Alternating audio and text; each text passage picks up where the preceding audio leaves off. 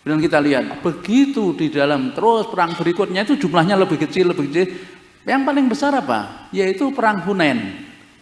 Perang Hunain kaum muslimin pasukan besar. Setelah Futuh Makkah 12.000. Yang terjadi apa? Sombong. Ada lengkap. Kalah perang Hunain, ya kan? Kekuatannya di mana?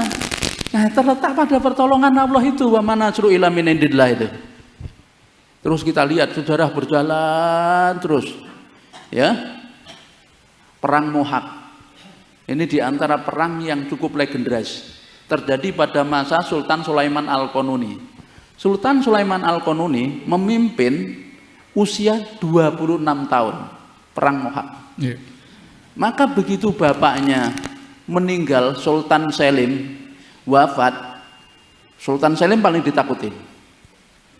Sulaiman Al-Qanuni baru bocah aja kita.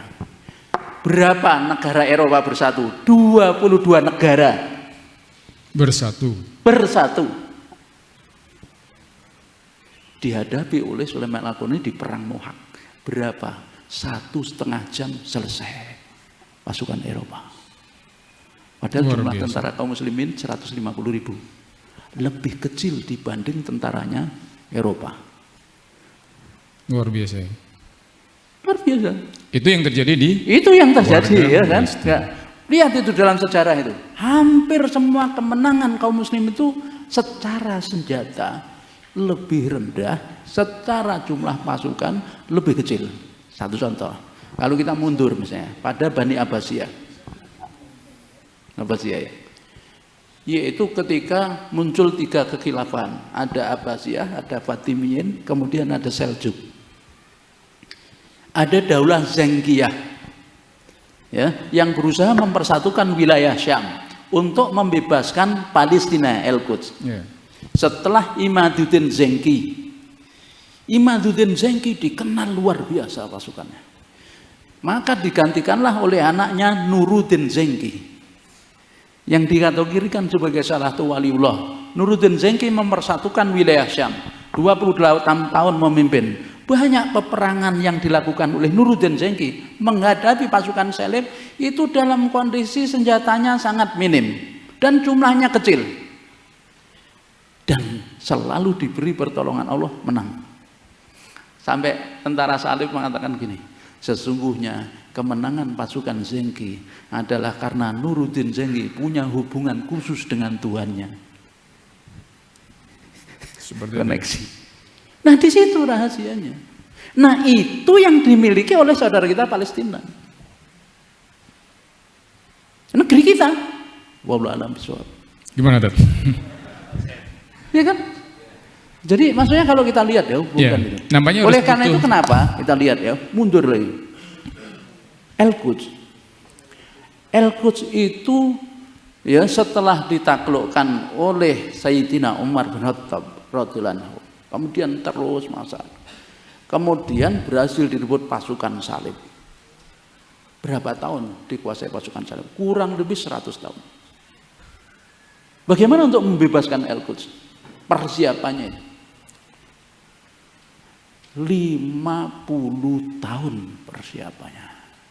Untuk membangun apa? Membangun generasi yang bisa menaklukkan Al-Quds. Siapa yang paling berperan? Imam Ghazali dan Syekh Abdul Qadir Jailani. Menghasilkan Madrasah Al-Ghazali, menghasilkan Salahuddin Al-Ayyubi. Ya, dilanjutkan oleh Syekh Abdul Qadir Jailani sebagai muridnya Imam Ghazali. Untuk apa? Untuk mencetak orang-orang yang siap untuk berjihad.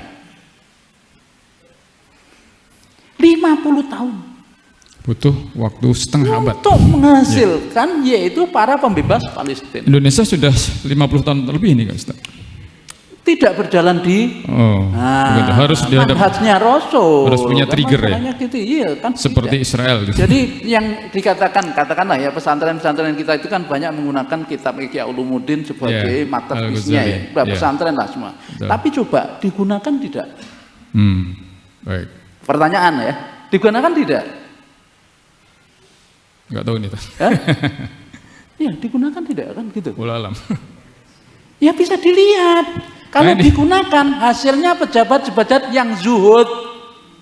Ya. Gitu loh, kalau digunakan tuh hasilnya pejabat zuhud, yaitu semacam Salahuddin Ayyubi itu, Nuruddin Zengki, yang memandang dunia itu lebih dibanding sayap nyamuk itu, lebih berat sayap nyamuk, karena itu toh dunia itu. Orang mungkin danan dunia. Lah sekarang coba lihat. Ya. Jadi karena itu gak dipakai. Kita tidak menggunakan mencetak generasi dengan yaitu manhajnya Rasul kan gitu, tidak. Tapi menggunakan manhaj kapitalis sekuler.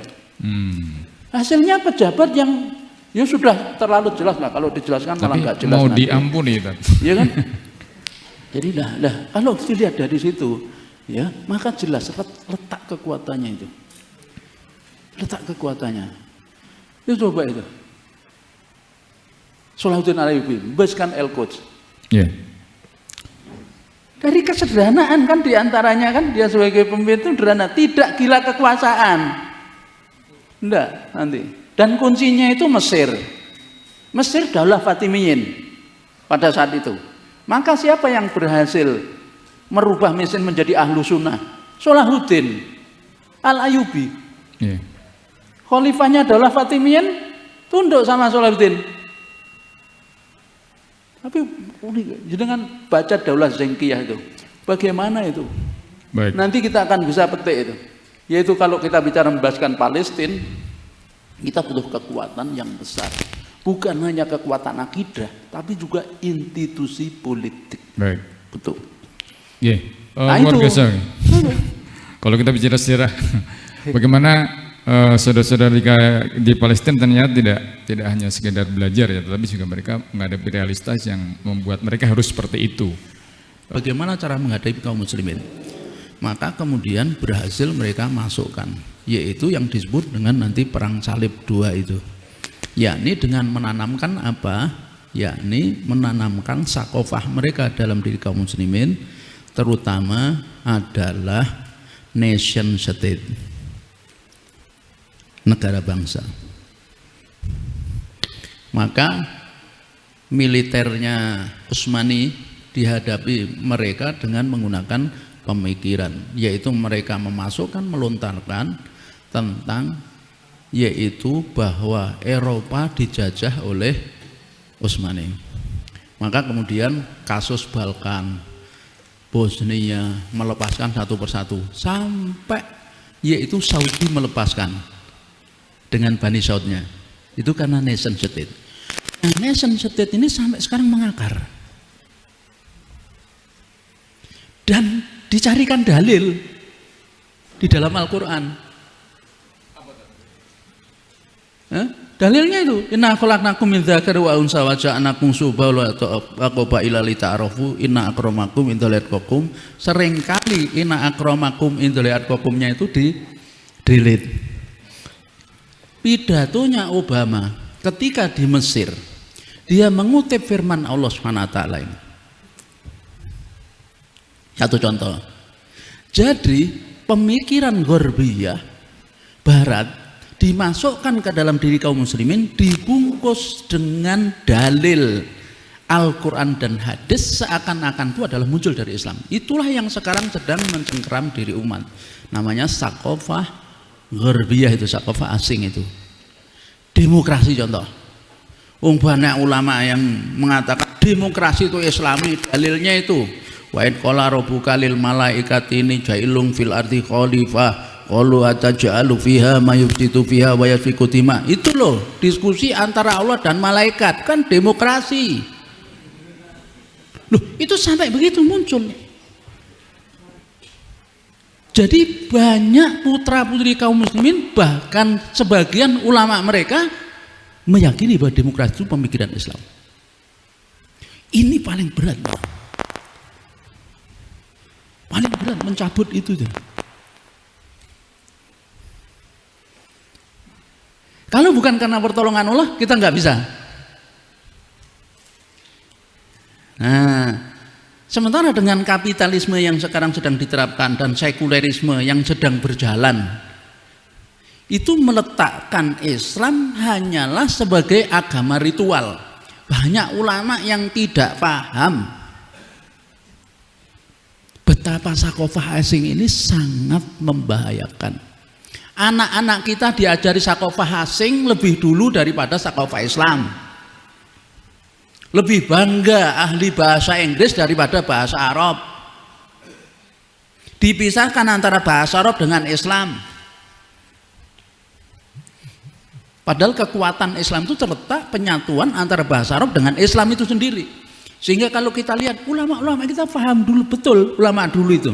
Sampai-sampai mereka menulis kitab-kitab dengan tafsir Jawi itu menggunakan huruf Arab Jawa. Bukan Arab Egon, Arab Jawa. Arab Jawa kan? Arab Jawi. Ya kayak orang bilang Arab Egon. Maka tidak ada yang Latin. Tapi mereka dinilai buta huruf. Padahal alim baca kitab. Buta huruf dan malu. Ulama dikatakan gitu malu, dikatakan padahal dia alim baca kitab. Itu yang terjadi. Jadi kalau kita bicara gini, kenapa umat sulit bersatu? Nih akar masalahnya. Yaitu karena sakofah asing mencengkeram dalam diri umat. Diracuni masih pemikiran yang dari Ghorbiah itu. Dan dijauhkan umat dari Islam. Dan sekarang udah ada mulai upaya dijauhkan dari pesantren. Sistemik. Coba lihat opini yang dibangun. Nah, hari pesantren. Kita dinampukan dengan seremoni. Hari pesantren, hari santri, hari gini kan. Sementara fikrohnya Ghorbi. Padahal kalau kita lihat para ulama dulu, sebelum anak itu dia mutmain dengan sakofah Islam, jangan diajarkan sakofah asing. Apa sakofah Islam? Yang muncul dari Al-Quran dan Sunnah. Nah itu masalah. Karena mereka tahu untuk menghancurkan Islam itu, Islam ini kan pohon besar. Islam pohon besar.